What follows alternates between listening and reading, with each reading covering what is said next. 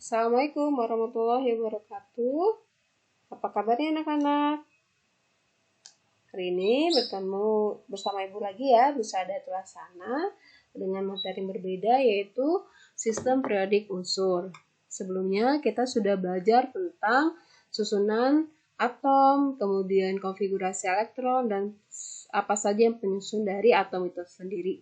Nah, kita akan bahas tentang yang baru itu sistem periodik unsur. Mari kita baca mulai dengan lafaz basmalah. Bismillahirrahmanirrahim.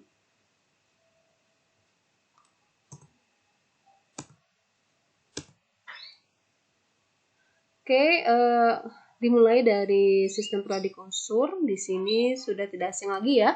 Ini namanya tabel periodik unsur. Kalian sudah punya semua kan? Nah, jadi ini disusun tidak sembarangan ya. Ini berdasarkan para ahli dan beberapa kemiripan dan sifat-sifat yang tentunya dikelompokkan dengan sifat-sifat dari unsur-unsur yang tergabung dalam segolongan atau seperiode. Jadi jika unsur-unsur disusun berdasarkan kenaikan nomor atom, maka sifat tertentu akan berulang secara periodik. Jadi misalnya di sini unsur dengan atom 10 yaitu neon ya, di sini neon ternyata punya sifat mirip dengan helium ya di atasnya. Kemudian untuk atom yang nomor 11 di sini 11 natrium ya, memiliki sifat yang sama dengan lithium. Nah, ini demikian seterusnya, dia akan berulang secara periodik. Dan kita bahas di slide berikutnya.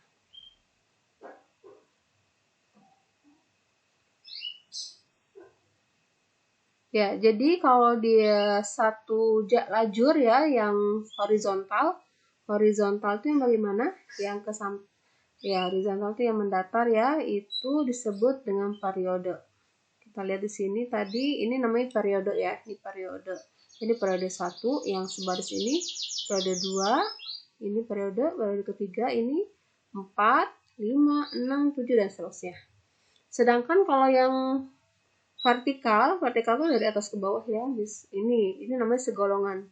Ini 1A, golongan 1A, ini golongan 2A, 4 ke 3A, 4A, 5A, segolongan ini sampai 8A. Di tengah ini adalah golongan B, dan yang ini yang termasuk ke golongan lantanida dalam ya. Di sini kita bahas selanjutnya ya. Jadi kalau dia horizontal tadi namanya periode. Kalau satu golongan itu yang kolom yang vertikal, itu diingat ya. Jadi golongan 1A itu disebut dengan golongan alkali ya, kecuali hidrogen, logam alkali. Karena hidrogen bukan logam, maka dia tidak termasuk logam alkali walaupun dia sama-sama di golongan 1A.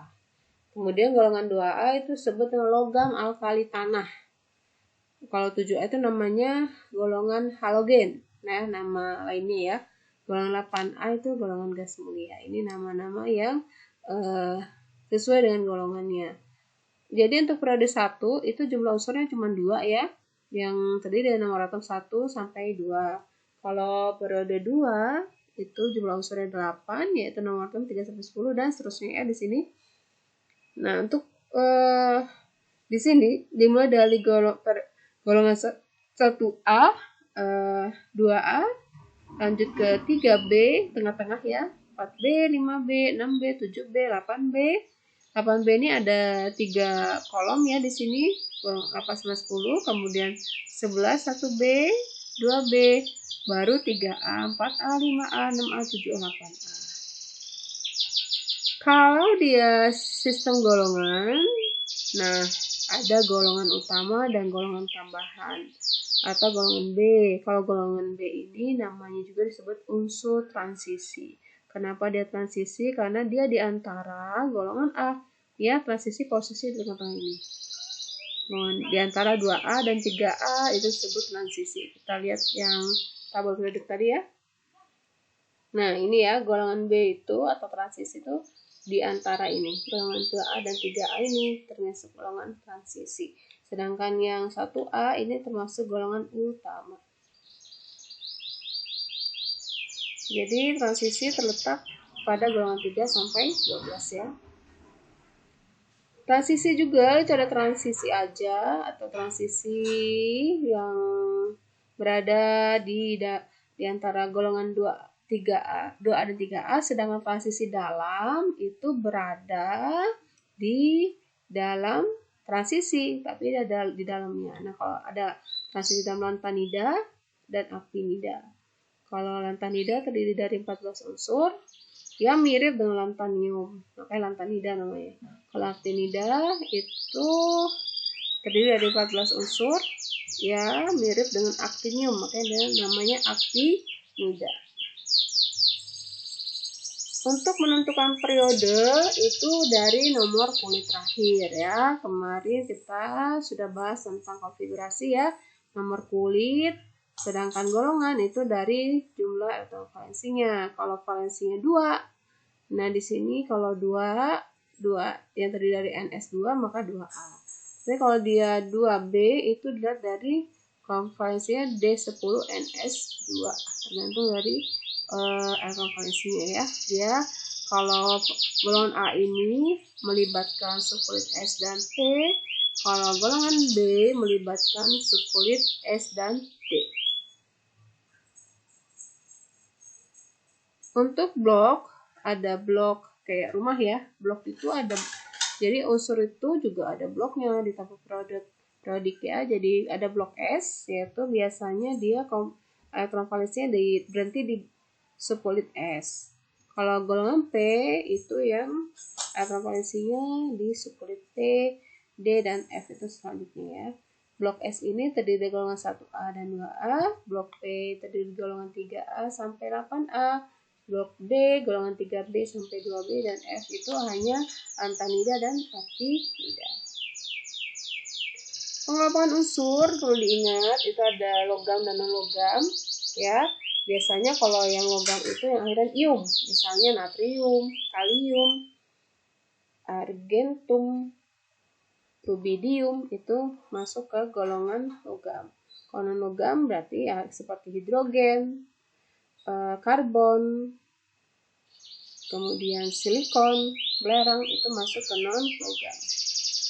Nah, tadi dijelaskan bahwa penyusunan itu nggak sembarangan. Jadi dimulai dari Richard Dobereiner yang dia menyusun dari massa atom strontium yang sangat dekat dengan massa atom rata-rata dengan unsur lain, yaitu kalsium dan barium. Makanya pada saat Dobereiner ini hanya sedikit yang terkenal unsurnya, yaitu hanya sekitar 40 macam unsur ya. Ini tahun 1830. Lanjut oleh Newland, oktav Newland ini sudah menyusun berdasarkan kenapa di oktav? Karena mengikuti nada oktav ya. Kalian tahu ada oktav ada do, re, mi, fa, sol, la, si, do. Nah itu. Jadi ada 8 yang sama, yang selisih 1, unsur ke 1 ke 8, kedua ke 9, dan itu memiliki sifat yang sama. Misalnya ini hidrogen, litium, radium, boron ini masuk ke periode yang sama. Lanjut oleh Mendeleev. Mendeleev ini menyimpulkan bahwa sifat-sifat unsur merupakan fungsi periodik dari massa atom relatifnya. Selanjutnya, nah ini ya contohnya tabelnya yang disusun oleh Mendeleev. Jadi dia sudah menyusun golongan 1, itu ada hidrogen, litium, natrium, kalium, ada kuprum, rubidium, argentum, dan seterusnya. Sampai 8A ini sudah disusun. Kemudian disempurnakan lagi oleh ilmuwan asal Inggris tahun 1887 sampai 1915 oleh Henry James ya, bahwa urutan dari sistem periodik itu sudah sesuai dengan kenaikan nomor atomnya. Namun ada yang tidak sesuai, seperti contohnya itu tellurium ya, yang nomor atomnya massa atomnya 128, ionisasi 127, ternyata tidak sesuai dengan kenaikan massa atom relatifnya. Jadi dia hanya sesuai dengan kenaikan nomor atom. Itu ya sifatnya. Nah, oke, lanjut ke sifat-sifat periodik unsur ya. Jadi sifat periodik itu adalah sifat yang berubah secara beraturan sesuai kenaikan nomor atom dari kiri ke kanan dalam satu periode, atau dari atas ke bawah dalam satu golongan ya. Yang pertama adalah jari-jari atom. Apa sih jari-jari atom? Jari-jari atom adalah jarak dari inti atom hingga kulit elektron keluar ya. Di sini bisa inti ya, di tengah inti itu kan terdiri dari proton dan neutron. Jadi dia kalau jaraknya inti ke kulit luar ini yang mana? Kulit kedua ya. Ini adalah jari-jarinya. Ya, jari-jari itu inti ke kulit luar. Gimana ininya keperiodikannya?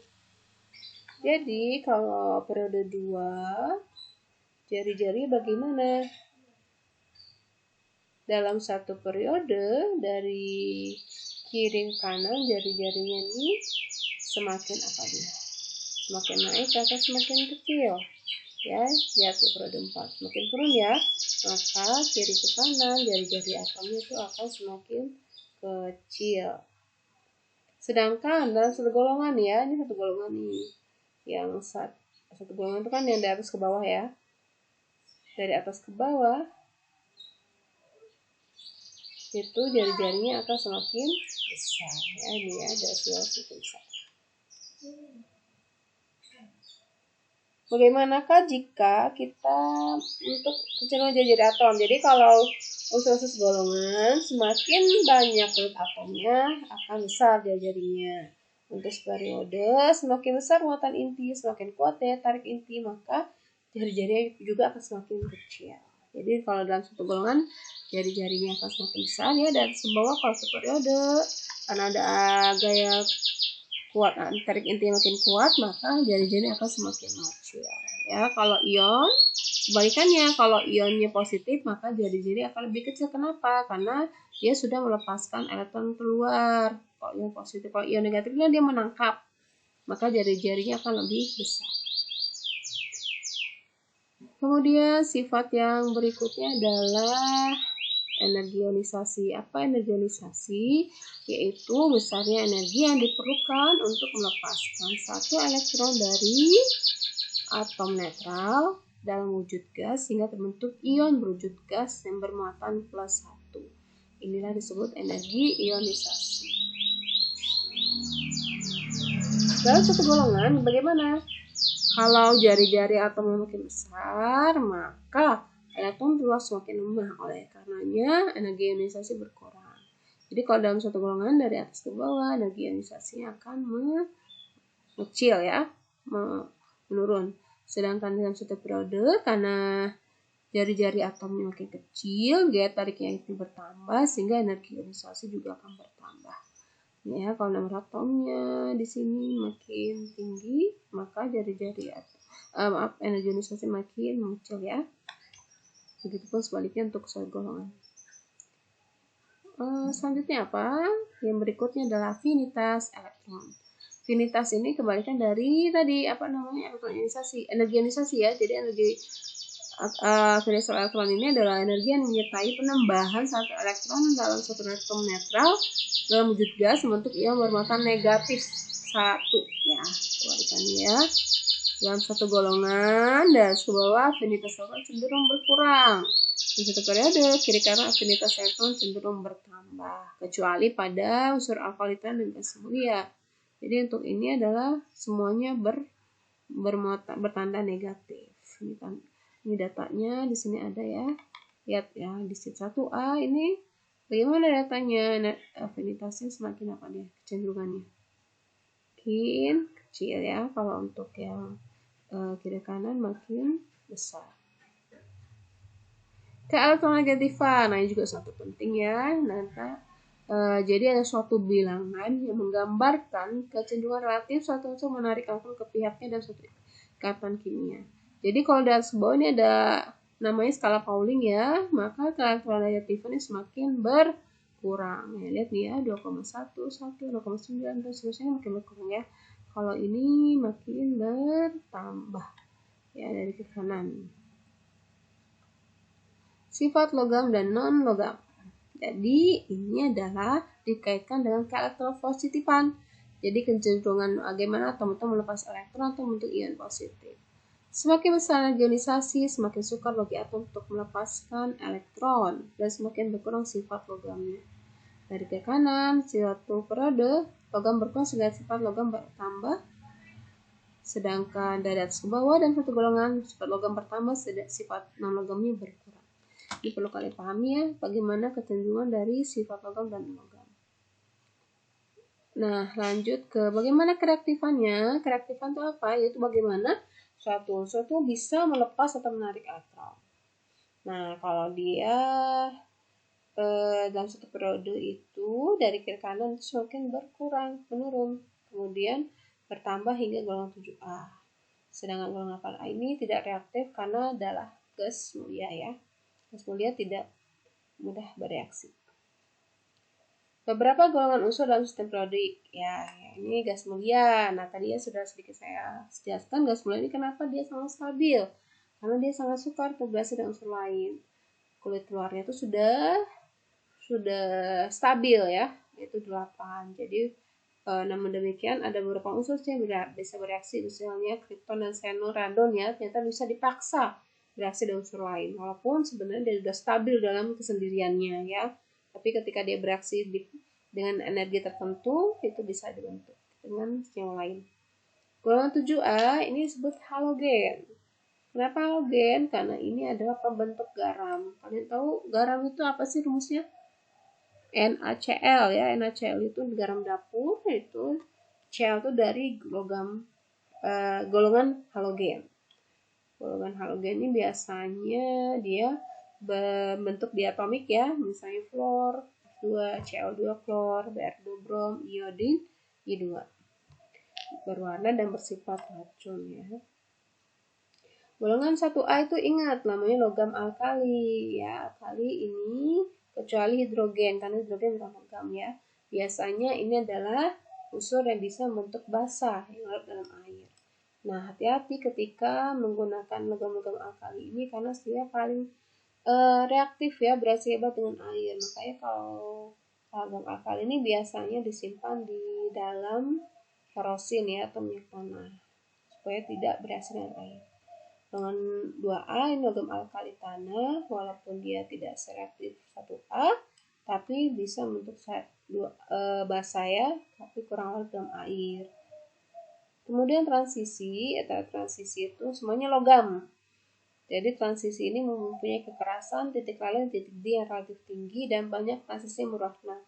Misalnya emas, titanium, uranium, ya banyak yang lebih berwarna ya, itu unsur-unsurnya banyak yang terdiri dari unsur logam.